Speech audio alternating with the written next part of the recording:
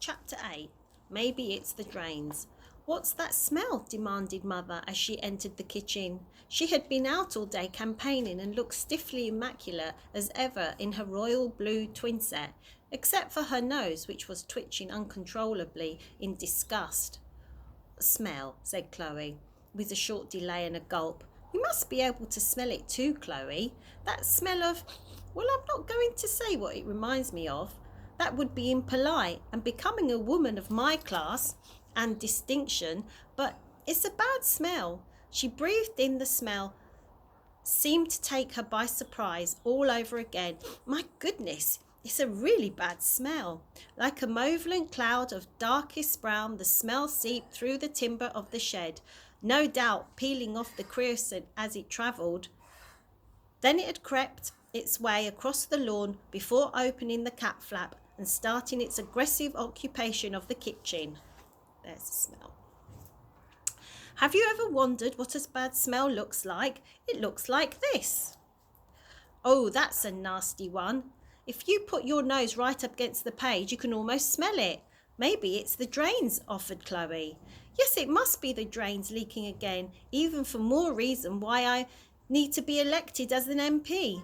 Now, I have a journalist from the Times coming to interview me for breakfast tomorrow, so you must be on your best behaviour. I want him to see what a nice, normal family we are. Normal? Thought Chloe. Voters like to see one has a happy home life. I just pray that this foul stench will be gone by then. Yes, said Chloe, I'm sure it will. Father. Ever in a rock band? Mother stared at her. What on earth are you talking about, young lady? Where do you get such a ridiculous idea? Chloe swallowed. I just saw this picture of a band called the Serpents of Doom, and one of them looked a lot like... Mother went little pale. Preposterous, she said. I don't know what's got into you.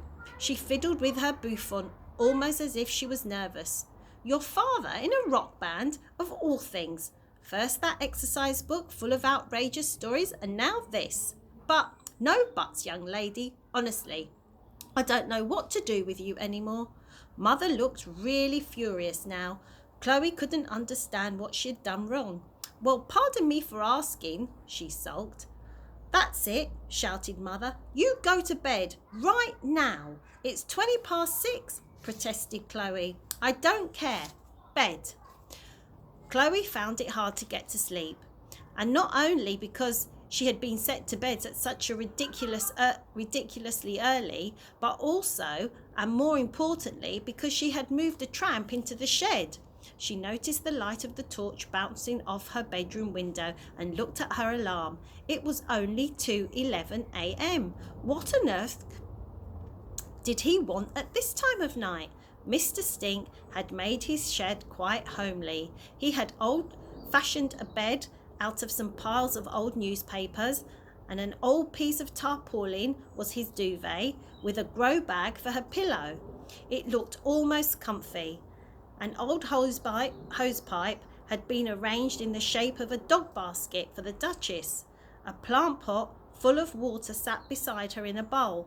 In chalk, he'd expertly drawn some old-fashioned portraits of the dark wooden creosote walls, like the ones you see in the museums or old country houses, predicted people from history. On one side, he'd even drawn a window complete with curtains and a sea view. You seem to be settling in then, said Chloe. Oh yes, I can't thank you enough, child. I love it. I feel like I finally have a home now. I'm so pleased. Now, said Mr. Stink, Miss Chloe, I called you down here because I can't sleep. I would like you to read me a story. A story? What kind of story? You choose, my dear, and I implore you, nothing too girly, please. Chloe tiptoed up the stairs back to her room. Sometimes she liked to move around the house without making a sound, and so could remember where all the creaks were in the stairs. If she put her foot right in the middle of this step, or left side of this one, she knew she wouldn't be heard. If she woke up Annabel, she knew her little sister would relish the chance of getting her into deep, deep trouble. And this wouldn't be normal everyday trouble, like not eating your cabbage or forgetting to do your homework. This would be inviting a tramp to live in your shed trouble. It would be off the scale. And this simple graph shows inviting a tramp, a little to live in a shed, getting home late, saying a rude word, or not doing your homework. Alternatively, if you look at this simple Venn diagram, which is here, figure A is trouble and figure B is a serious trouble, and then shaded area in the middle, representing inviting a tramp to live in your shed, is the subsection of figure B. I hope that makes things clear. Chloe looked on her bookshelf. Behind the little ornamental owls she collected, even if she wasn't sure why. Did she even like owls? Some distant aunt buys you a porcelain owl one day, some other aunt assumes you're collecting them, and by the end of your childhood, you've got hundreds of stupid things. Owls, not aunts. Chloe studied the spines of the books. They were quite girly, lots of pinky coloured books that matched her stupid pinky coloured room that she hated. She hadn't chosen the colour of her walls, hadn't even been asked. Why couldn't her room be painted black? Now that would be cool. Her mother only bought books about ponies, princesses, ballet schools, and brainless bleach blonde teenagers in America, whose only worry was what to wear to the prom. Chloe wasn't at least a bit interested in any of them, and she was pretty sure Mr. Stink wouldn't be either.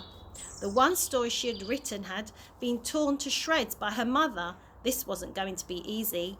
Chloe tiptoed back down the stairs and shut the door behind her incredibly slowly so it wouldn't make a noise, and then knocked gently on the shed door. "Who is it?" came a suspicious voice. "It's me, Chloe, of course.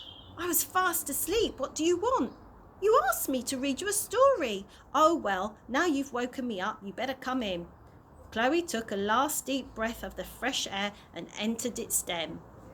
"Goody," said Mr. Stink. "I used to love a bedtime story." "Well, actually, I'm sorry, but I couldn't really find anything," said Chloe. "All the books are horribly girly. Most of them are pink, in fact." "Oh dear," said Mr. Stink. He looked a bit disappointed for a moment, and then he smiled and thought,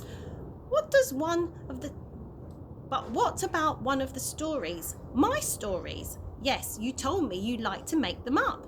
But I couldn't what if you don't like them?" Chloe's stomach fizzled with a peculiar mix of excitement and fear. No one had ever asked her to hear one of her stories before.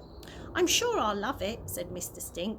"And anyway, you never know until you try." "That's true," said Chloe, nodding.